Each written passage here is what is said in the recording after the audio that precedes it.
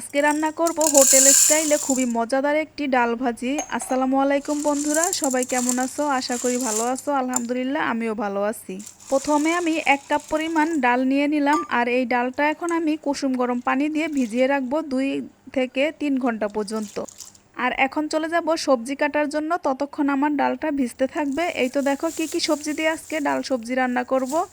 একদম হোটেলের মতোই রান্না হবে বন্ধুরা। এই তো পেঁপে, গাজর, মিষ্টি কুমড়া। এখন আমি সবগুলো সবজি এই তো কেটে গুছিয়ে নিয়েছি বন্ধুরা। এইদিকে দেখো মিষ্টি কুমড়াটা একটু বড় সাইজ করেছি, আর এই তো পেঁপে, মিষ্টি কুমড়া, আলু আর গাজর দিয়ে দিলাম। আর এইদিকে দেখো আমার ডালটা এখন ভিজে গেছে। এই তো ধুয়ে পরিষ্কার করে নিয়ে আসলাম। এখন আমি ডালটাই তো বসিয়ে দিয়েছি, আর কিছু মশলা দিয়ে দিব। হলুদ, মরিচ, জিরার গুঁড়া, ধনিয়ার গুঁড়া আর স্বাদ মতো লবণ।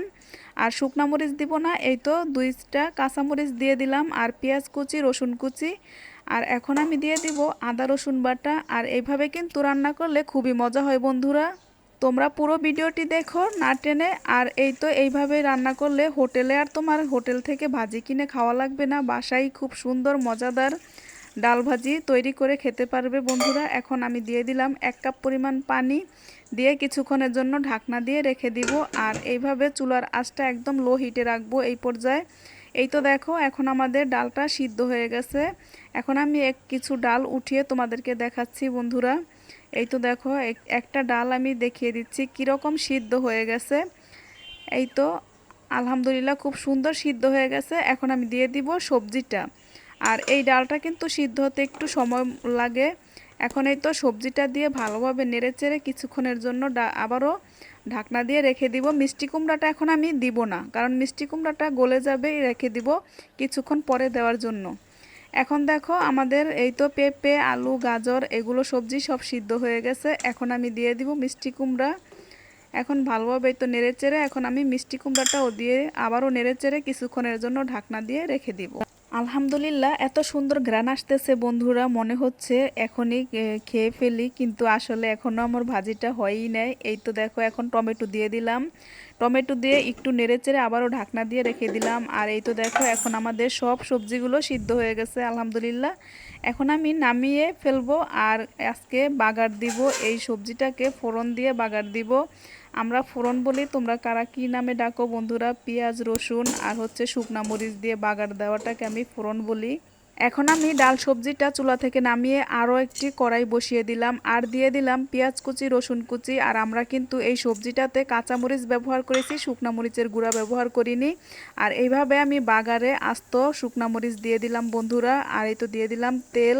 এখন আমি সুন্দর করে লাল লাল করে ভেজে নিব সবগুলো জিনিস। এই তো দেখো এখন খুব সুন্দর ভাজা হয়ে গেছে।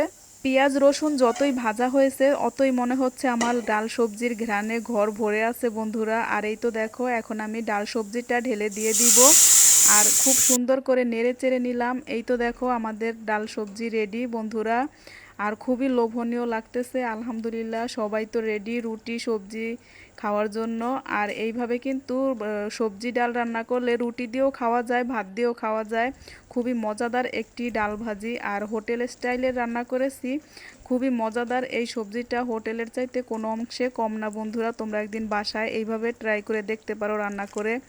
হোটেলের চাইতেও বেশি মজা হয় বাসার খাবারগুলো, স্বাস্থ্যসম্মত। আর এই তো দেখো এখন আমাদের ডাল ভাজিটা হয়ে গেছে, ধনিয়া পাতা দিয়ে এখন নামিয়ে ফেলবো। আলহামদুলিল্লাহ রুটি নিয়ে বসে পড়লাম ডাল সবজি খাওয়ার জন্য। বন্ধুরা আজকে আমাদের ডাল ভাজিটা কীরকম হয়েছে অবশ্যই কমেন্টে বলবে। আর তোমাদের কার কার এরকম সবজি ডাল পছন্দ তারা এসে পড়ো, দাওয়াত রইল। বিসমিল্লাহ। আলহামদুলিল্লাহ খুবই মজা হয়েছে। সবাই ধন্যবাদ সবাইকে ভিডিওটি দেখার জন্য। সবাই ভালো থেকো, সুস্থ থেকো, আল্লাহ হাফেজ।